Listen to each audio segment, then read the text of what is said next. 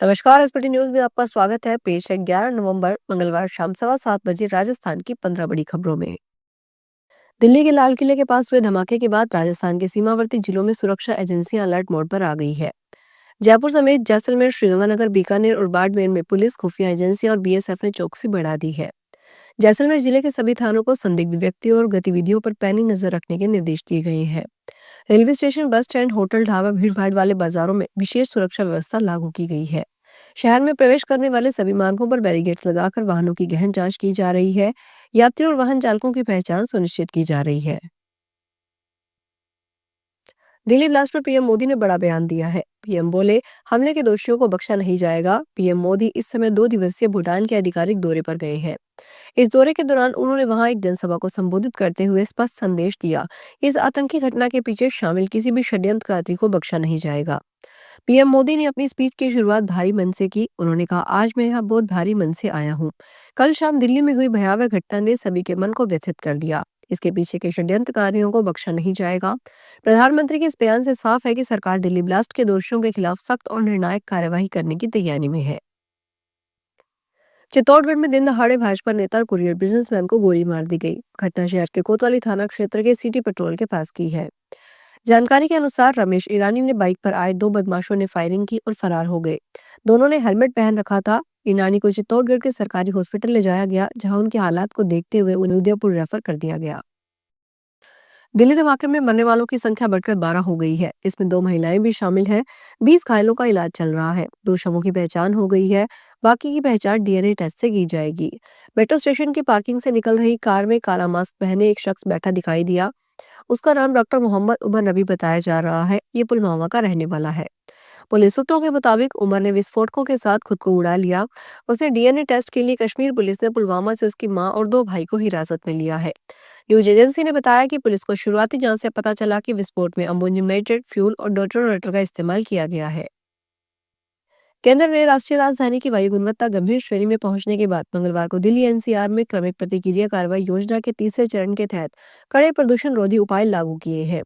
वायु गुणवत्ता प्रबंधन आयोग ने कहा कि यह निर्णय दिल्ली के औसत वायु गुणवत्ता सूचकांक के सोमवार के 362 से बढ़कर मंगलवार सुबह 425 हो जाने के बाद लिया गया। तीसरे चरण के प्रतिबंधों में गैर आवश्यक निर्माण कार्य पर रोक और पत्थर तोड़ने वाली मशीनों और खनन गतिविधियों पर रोक शामिल है। ऑनलाइन खरीदारी को अधिक पारदर्शी बनाने के लिए उपभोक्ता मामलों के मंत्रालय ने ई कॉमर्स कंपनियों के लिए एक नया नियम प्रस्तावित किया है। इस प्रस्ताव के मुताबिक अब हर ई कॉमर्स प्लेटफॉर्म को अपने प्रोडक्ट्स पर कंट्री ऑफ ओरिजिन यानी वो सामान किस देश में बना है यह जानकारी आसानी से खोजने के लिए एक फिल्टर उपलब्ध करवाना अनिवार्य होगा। इसका उद्देश्य ग्राहकों को यह निर्णय लेने में मदद करना है कि वे घरेलू सामान खरीदें या विदेशी। अजमेर में गुजर को बाइक सवार 2 युवकों से लिफ्ट मांगना भारी पड़ गया। बदमाशों ने लिफ्ट देने के बहाने सुनसान जगह पर ले गए और लूट की वारदात को अंजाम दिया।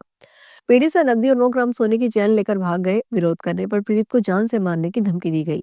पीड़ित की ओर से अलवरगेट थाने में शिकायत दर्ज की गई है। पुलिस मामले की जांच में जुटी है। अलवरगेट थाना पुलिस के अनुसार ज्ञानदेव नगर निवासी प्रमोद कुमार जैन की ओर से मुकदमा दर्ज करवाया गया है। कोटपुतली के गांव कुजोता में एक सीमेंट कंपनी द्वारा की जा रही ब्लास्टिंग के कारण ग्रामीणों के मकानों में दरारें आ गई। इससे मकानों के गिरने और जान माल के नुकसान का खतरा बना हुआ है। ब्लास्टिंग की तीव्रता इतनी ज्यादा थी कि लोग डर के मारे अपने घरों से बाहर रहने को मजबूर हैं। उनका कहना है कि मकानों में कई दरारें आ चुकी हैं और वे कभी भी गिर सकते हैं। इस कारण घरों में रहना मुश्किल हो गया है और बड़ी जनहानि की आशंका बनी हुई है। राजखंड उपवन क्षेत्र के गांव चंदपुरा में सोमवार रात किसानों का गुस्सा एक बार फिर छलक पड़ा। बाजार में प्याज के भाव नहीं मिलने से परेशान एक किसान ने तीसरी बार अपनी मेहनत की उपज को सूखी नदी में पटक दिया। स्थानीय निवासी सुरेश चंद्र और सचिन ने बताया कि किसानों को प्याज का भाव इतना कम मिल रहा है कि वे घाटे में जा रहे हैं। किसानों का कहना है कि 120 रुपए में एक गट्टा प्याज कटवाना पड़ता है, जिसमें 30 रुपए कट्टे की कीमत और बाकी मेहनत का खर्च शामिल है। जबकि बाजार में प्याज सहित एक पूरा कट्टा मात्र 200 रुपए में बिक रहा है। पाली शहर के प्रमुख सड़कों पर गड्ढे होने से आमजन परेशान है। शिकायतों के बाद भी यूआईटी और नगर निगम की ओर से इन्हें सुधारा नहीं गया है। ऐसे में पाली के एक युवक ने मंगलवार को विरोध का अनूठा तरीका ढूंढा। शहर में जहां भी गड्ढे हैं वहां पौधा रोपा गया और सड़क बनवाने की मांग की गई।